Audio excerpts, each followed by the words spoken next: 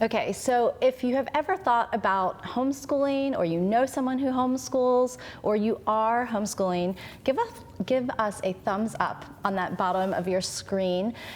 Welcome to Back Talk. I'm your host, Melissa Corkum. I'm the parent coach and blogger at thecorkboardonline.com. And today I have with me Courtney Dunlap, and she is a fellow homeschool mom and a new author. And so we're going to talk about all of those things today.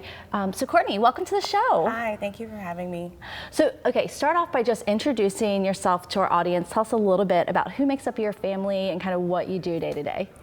I'm Courtney. My husband Curtis is here with us in the studio, and we have 4 children. Our oldest is 11, Noel, and then we have an 8, 6, and almost 2-year-old. So 3 girls and 1 boy. Okay, and where's the boy fall? Oh, he's number 3. Okay. So technically he's a baby, but not really. We all treat him like he's a baby. Yeah, like the little prince. Yeah. Okay, so you're a homeschooling mom. And we talked before the show, and you're doing a lot of other things, and hopefully we'll get to talk about all of those things. But talk to me about homeschooling, because we're a homeschooling family. I did not set out to be a homeschooling mom. In fact, I was doing like jumping jacks and pirouettes around my living room the day that my 3rd child was getting ready to go off to preschool. And so he was just getting ready to go into kindergarten, and I thought I was getting ready to have, my peaceful house back. And then all of a sudden, life took a turn, and it turned out that we were going to be homeschooling, which in hindsight, I love now. But I kind of came to the journey kicking and screaming a little bit. So how about you? Like, did you always see yourself as schooling your kids at home, or how did you guys come to homeschooling? No, not at all. My background actually is in psychology, and then I got my master's in Christian counseling. And so I was working in my field. And so when we had our oldest daughter, I ended up coming home for a time with her. And so that kind of started the journey of being home. So basically every time we would have a child, I would come back home. So by the time my oldest was preschool age, I was pregnant with our 3rd, our son. And it was getting to the point where we had to start thinking about preschool, what are going to be our options. And we were in Philadelphia at the time. And so we weren't comfortable per se putting our child into the school system there. So the option was homeschooling, and my husband actually is the one who had the idea for it. And I'm similar to you. I was not up for that at first. I was like, no, I have a plan. I want to have my counseling practice, but it sort of just kind of fell in our laps. And we actually attended a how to homeschool workshop, which really opened my eyes and changed my mind about what homeschooling could really be for our family. So that's what sort of started our journey. Okay, so looking back, what were some of the things that you thought about homeschooling that intimidated you or made you think that like you weren't that mom? And then how have you kind of overcome some of those things? Yes, that's a really good word you use, intimidated, because honestly, when we started, that was the biggest, I guess, fear that I had, and my husband always had to kind of help calm me down and say, you got this, we can do this. And I really was thinking like, well, I didn't go to school to be a teacher. My mom actually is a retired school teacher of 40 years, but I didn't have that teaching gene per se that I thought that you needed. I was insecure in that way. I was like, I didn't even learn how to like teach other people, so how can I teach my child? But honestly, the biggest emphasis that he and I really grounded ourselves in was we wanted to make sure that first our children were people of character. So we knew that regardless of what subjects they excelled in, the things they learned, they could be an A-plus student, but if they had poor character, if they were just unkind, if they weren't helpful, if they weren't compassionate people, we hadn't done a good job. So we made sure that that was always what we would pull ourselves back to whenever I would get overwhelmed with the fears of, can I actually really do this? Yeah, one of my favorite quotes from Dr. Bruce Perry, he's a child psychologist. He says, we can always teach adults and 30-year-olds how to read. People do it all the time. He goes, but it's really, really hard to teach a 30-year-old how to share. Wow, that's true. That's very true. So what would you tell a mom who's maybe thinking about homeschooling, likes the idea? I talk to a lot of parents who, their kids are having trouble in a traditional school setting. Maybe it's academically, maybe it's socially, there's lots of reasons. And they're thinking, I'm not a teacher. And then I also hear, and maybe you've heard this too, I like I can barely stand my kid. Like we don't get along. I don't know how I would bring them home all day. We would kill each other. Yeah. Yeah, I mean, I don't know how much time we have for that question, Melissa, but honestly, that is something that I hear all the time. Whenever people meet me and they say, oh, what do you do? And I say, oh, I'm a homeschooler. Usually 9 times out of 10, they're like, oh, I don't think I could do that. I don't know how you do it. Yeah, they're like, whoo. And it's a balance, you know, honestly, I'm a blogger, and so my blog is called Able to Teach. I know we're going to speak about that more later, but what I first began with that blog is comes from 2 Timothy 2:24-26 that talks about servant of the Lord must be kind, they must be able to teach, they must be patient with difficult people, they must not quarrel. And so that's something that I've had to daily take and put into practice, because sometimes we do have rough days with my children. We might clash, you know. There's been many tears cried over math, and it wasn't always my children crying about it. My husband can attest to that. But I've just always grounded myself in knowing that, okay, I need to be able to not be quarrelsome. I need to be kind. I need to be patient and gentle with my children as I teach them, because that's the whole point of this is I want them to actually learn. I want them to grow. I want them to thrive. So I need to make sure that I'm doing what's necessary to make that happen. Yeah, absolutely. I love that. And I think it's so true. And I think there's this myth sometimes that homeschool is like school at home. And so we take what we know of I went to public school growing up, our school experience, and we think about trying to duplicate that or replicate that in our homeschool experience. And that, it doesn't sound like that's been your experience. What does like a typical day, and I know there probably aren't maybe typical days, but kind of what does school look like for you and your family? What are the things that you focus on? You know, I'm guessing it's not, you know, your 4 kids lined up, you know, in little chairs and you're at the chalkboard teaching. No. Honestly, what school looks like for us today looks very different from when we started back in 2013. I've had to almost deprogram myself because I'm a product of the public school system, and so I had a very good experience in the public school. I'm from South Jersey originally, and I loved elementary school. I had great teachers and had so many wonderful experiences, and so there's many times a temptation to try to recreate what's in the classroom, but the reality is I'm at home with my kids. There's days where there might be a doctor's appointment. There might be a day where I have to have an interview with you, and I have to be able to be flexible. So typically I have a structure, but I'm also aware of the fact that I need to be flexible with interruptions. You know, again, like I said, I have a toddler now, and so she's always into things. But when I was pregnant with her, you know, that year was very challenging because I, again, had in my mind it should look a certain way, but I had to let go of some of the control and be okay with going with the flow. So a typical day, usually we start out with, we'll do Bible, we'll do read alouds. My middle daughter, she loves reading, so we do a lot of reading. And we can even talk about it more later, but she has had a journey in her own right with learning to read and getting stronger and more confident in it. So I've tried to make sure that I stack tons of books in our house because she's always gobbling them up. We do math, of course, spelling, you know, the typical things, but we also take a lot of field trips from time to time as well to enhance our experience. Yeah, I used to always tell people our homeschool motto was we'll always stop for play dates when our kids were little, because I just thought and now that our kids are older, our youngest is 13, still homeschooled, but it looks different when they're that age. And you know, I can give our kids a checklist of things to do and not talk to them for a week. You know, I'm a lot less hands-on than I used to be, and so I'm so thankful that when my kids were smaller, more towards, you know, the ages that you're homeschooling now, that we did, you know, take time to go to the pumpkin patch and the horse farm and just go to the playground. I mean, pretty much I would tell my friends that really I wished that the year, and really we're homeschoolers so we can kind of do whatever we want, right? Was like, you know, like October to like January, like the worst months, because then you have to be inside, so you might as well have something to do. And then maybe like July and August, because then it's like too stinking hot to really do anything. But those other months, like no one wants to be inside doing school. Like we want to be outside playing. I don't want to be inside.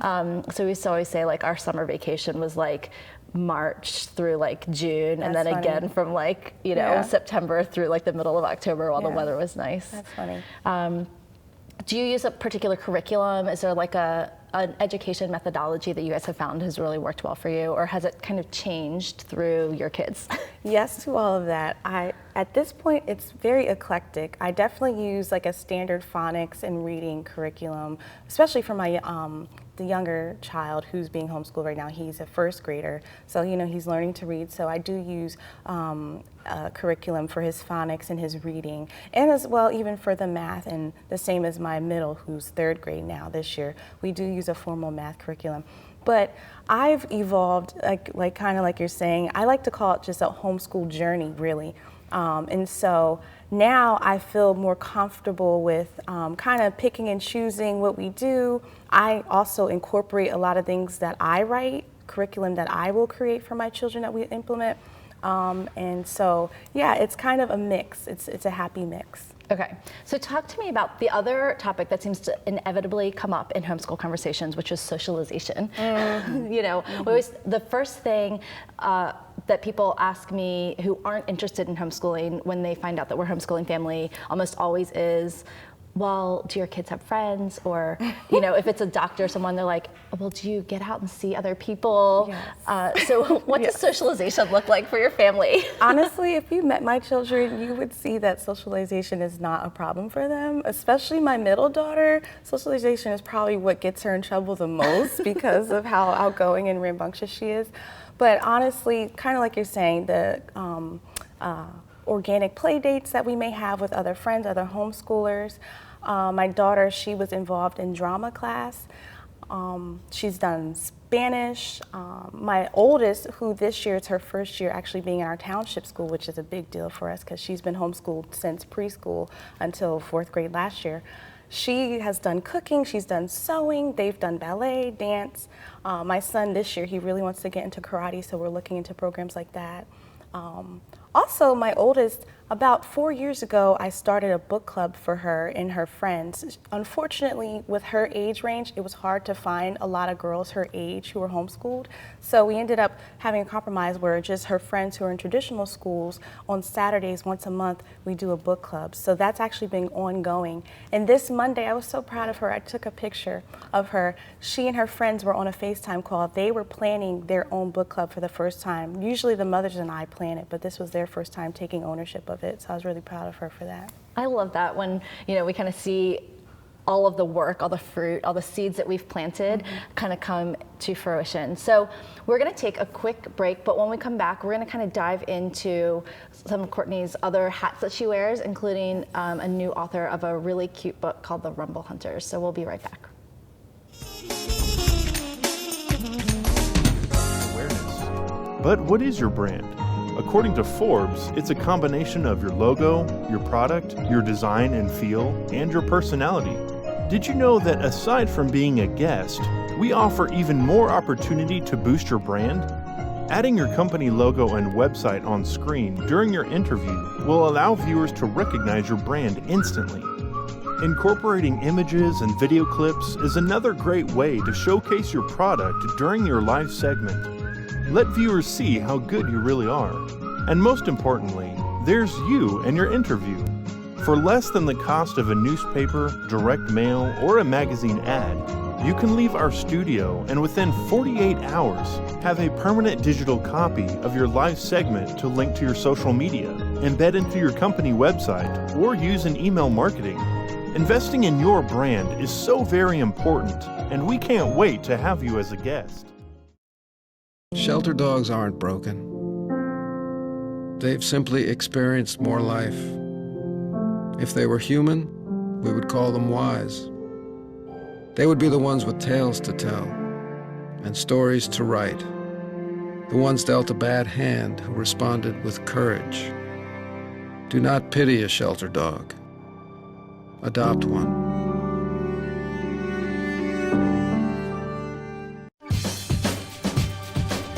Say we've got grit, and we'll take it as a compliment. Because it's our uncommon drive, our spark within, that brings us together. Welcome back. So Courtney is a homeschooling mom. We talked a little bit about that journey, but on the side, and I don't know how she finds time with 4 little kids and to do this, but she is also an author in a lot of different spaces. So I'll let you tell us in your own words, Courtney, what are some of the places where you're able to let your writing and creative outlets out into the world?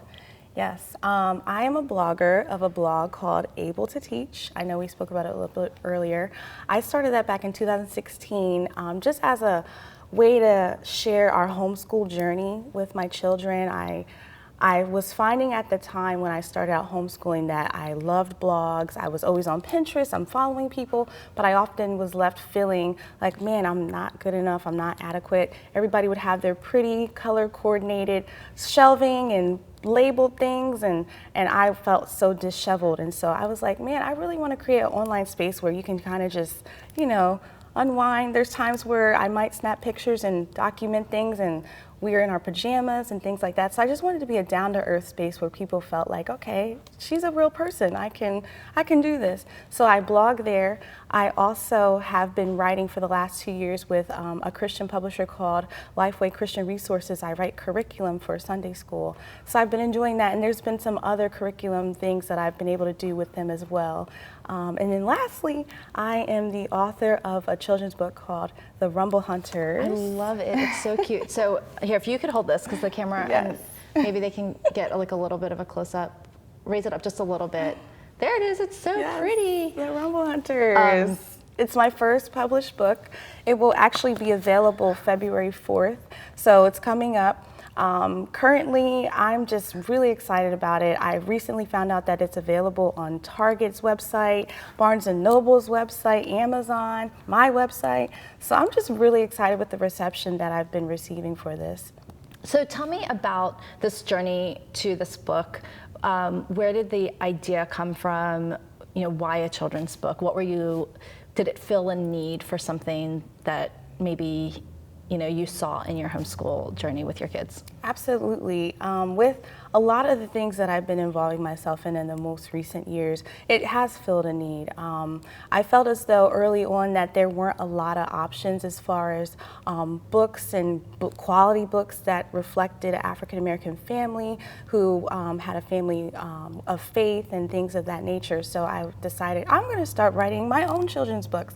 So that from that starting point, I wrote my first book, which actually is not this one. This is the first to be published. I've written several others along the way. So I have just really desired to show the beauty and the breadth of just the African American experience. I love books about civil rights and just our history of overcoming through the time of slavery and things of that nature, but I also feel there's a need to just share normal stories of a little boy who hears a curious rumble in the middle of the night and he embarks upon a journey to hunt that sound. Kids are curious, and so why not write stories that are about children in general but reflect the beauty of African Americans? So I've decided to do that with this story in particular. I love that. So what was the process of, having the idea, getting it out on paper? And by the way, I love it because it has this kind of rhyming rhythm to it, which is my favorite for read alouds because you can really kind of get into it. I think it lends itself to,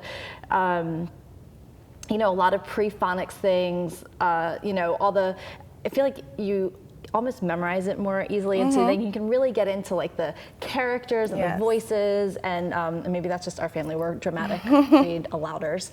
But so what was that process like from having the idea, so you have idea for a book, and then what did you pitch it to publishers? I did. I had this idea, and actually I usually write in the middle of the night. I can be a night owl, and so you can catch me at 1, 2 o'clock in the morning just typing out ideas. So that's what happened with this story. I wrote it sitting at one night, and from there I made edits and things of that nature. I had friends read it. I would have them read it to their children and give me feedback like, oh, I like this, I don't like that.